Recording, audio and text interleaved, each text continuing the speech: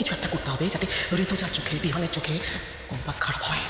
ধারাবাহিকের শুরুতে আমরা দেখতে পাই কম্পাস তার নিজের ঘরে বসে যন্ত্রপাতি দিয়ে কাজ করছিল। এদিকে বিহান, রুদ্র, মেঘমালা এসে কম্পাসকে বলে, কম্পাস তুমি কি বানাচ্ছ? সেই তখন থেকে কাজ করে যাচ্ছ। এটা কি বানাচ্ছ কম্পাস? কম্পাস বলে, আগে বানানো শেষ হোক, তারপর আপনাদের সব বুঝিয়ে বলবো। এখন আমাকে মন দিয়ে কাজটা কমপ্লিট করতে হবে। তাছাড়া সারা রাত লাগতে পারে আজকে এটা কমপ্লিট করতে। আমাকে যেভাবেই হোক আজকের মধ্যে কাজটা কমপ্লিট করতেই হবে। পরবর্তীতে রুদ্র বলে, আমার মনে হয় তুমি কিছু একটা যন্ত্র বানাচ্ছ, তাই না? কম্পাস বলে, দাদা ভাই, আমি তোমাদের সব পরে বুঝিয়ে বলবো। এখন তোমরা এখান থেকে যাও, আমাকে একটু নিরিবিলে বসে কাজটা শেষ করতে দাও। এরপর কম্পাস জোর জবরদস্তি করে ঘর থেকে বের করে দেয়। অন্যদিকে আমরা রেস্টুরেন্টে দেখতে পাই, রেস্টুরেন্টে মোহিনী অরিনকে বলে, আগে তোমার ফ্যামিলি বিজনেসে অ্যাটেন্ড করতে হবে। তাছাড়া আমাদের বিয়ের ব্যাপারটাও তো তোমাদের বাড়ির সবাইকে জানাতে হবে। পরক্ষণে অরিন বলে, তুমি কেন বুঝতে পারছো না? আমরা চাইলে যে কোনো সময় ফ্যামিলি বিজনেসে অ্যাটেন্ড করতে পারি না। সেখানে আমার জেঠু, জ্যাম্মা, বাবা তিনজনে ডিসাইড করে কে কখন ফ্যামিলি বিজনেসে জয়েন করবে। আর সেটা আমার ক্ষেত্রেও হবে।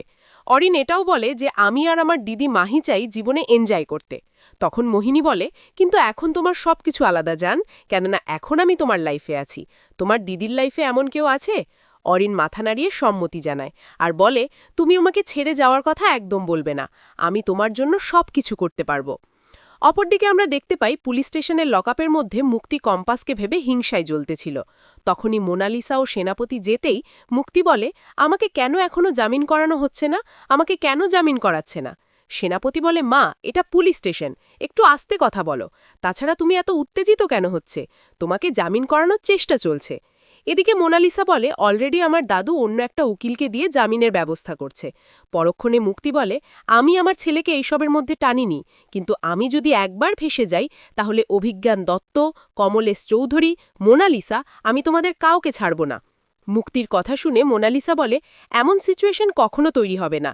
তাছাড়া আমরা তোমাকে একটা কথা বলার জন্যই এখানে এসেছি।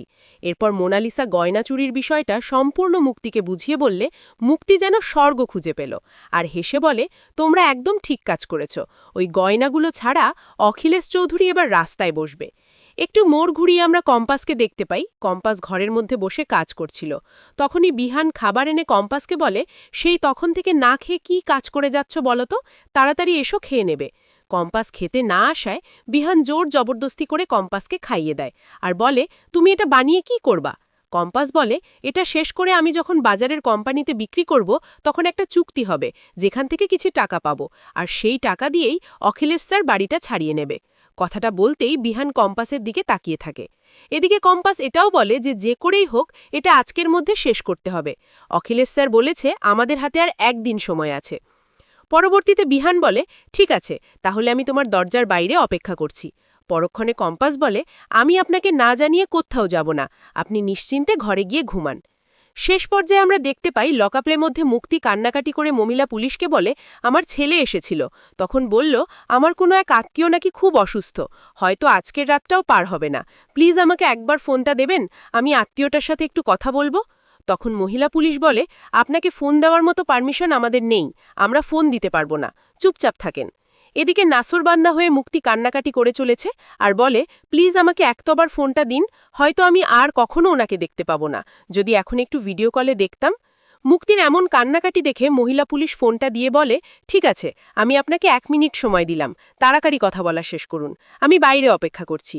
এরপর মুক্তি কাকে যেন একটা ফোন করে বলে, কম্পাস আর বিহানের মধ্যে এমন ফাটল ধরাতে হবে যেন রিতজা যে কোনো একজনকে বেছে নিতে বাধ্য হয় এবং কম্পাসকে বাড়ি থেকে বের করে দেবে। বিহান আর কম্পাসের মধ্যে ডিস্টেন্স তৈরি না করতে পারলে আমরা কিছুতেই আমাদের গেম সাকসেস করতে পারবো না।